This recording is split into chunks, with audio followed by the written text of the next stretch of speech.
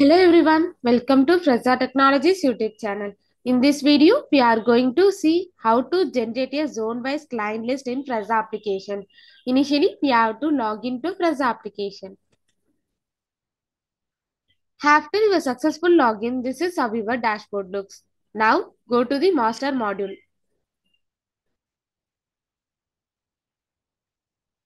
Here, we have to select the organization menu under the master module.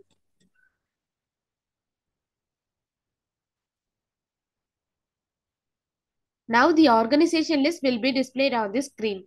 On this page, we have to click on the primary type column. Now we have to select the client.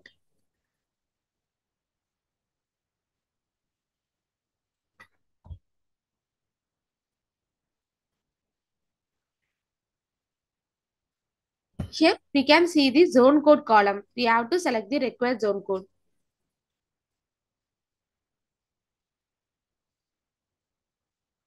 Now the zone-wise client details will be displayed on the screen. If you want to download this detail, just click on the options menu. Then we have to click on the download button. This is how to generate a zone-wise client list in Fresa application. Thanks for watching.